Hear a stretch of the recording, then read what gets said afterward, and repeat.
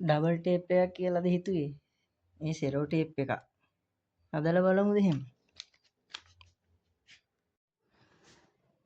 මම අද ඔයාලට කියලා දෙන්න යන්නේ ඩබල් ටේප් එකක් නැති වෙලාවට සෙලෝ ටේප් එකකින් කොහොමද ඒ වැඩේ කරගන්නේ කියලා. හොඳද? මේ තියෙන්නේ සෙලෝ ටේප් එකක්. මේකට ඕනේ අපිට සාමාන්‍ය සෙලෝ ටේප් එකකුයි කතුරකුයි.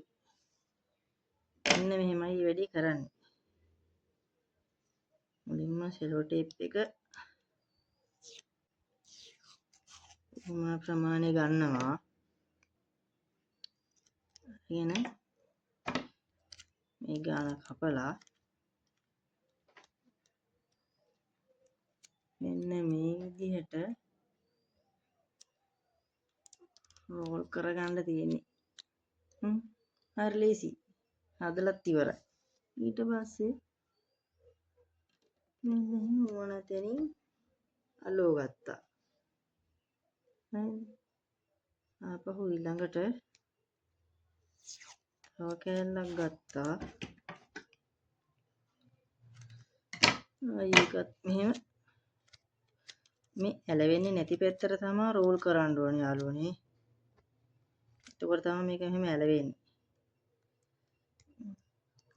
ඒක රෝල් කරාම මෙහෙම ඇලවෙනවා ටියුබ් එකක් මේ අපේ අතේ ඇලවෙනවා එතකොට. ඒක මෙන්න එහෙම තියාගත්තා. මේක වැඩේ ඉවරයි. ඔච්චරයි සෙල්ලම. යන්කෝ අලවලා පෙන්නන්න. මෙන්න අපි අල්ලගත් එක. ඒක ඉතින් ඕන විදියට මෙන්න එහෙම තියලා අලවන්න තියෙන්නේ ඉවරයි වැඩි. ලේසි පහසුයි. හොඳට ඇලවෙනවා.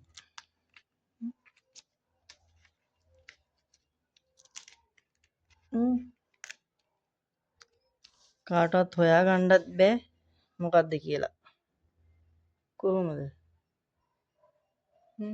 ගෙදර වුණ ඩබල් ටේප් එකක් නැති වෙලාවට සෙලෝ ටේප් එකකින් මැච් එක ගන්නෙවම ගලවන්නත් ලේසි. ගම් ගෑවුත් එහෙම ගලවන්නත් අවුල්නේ.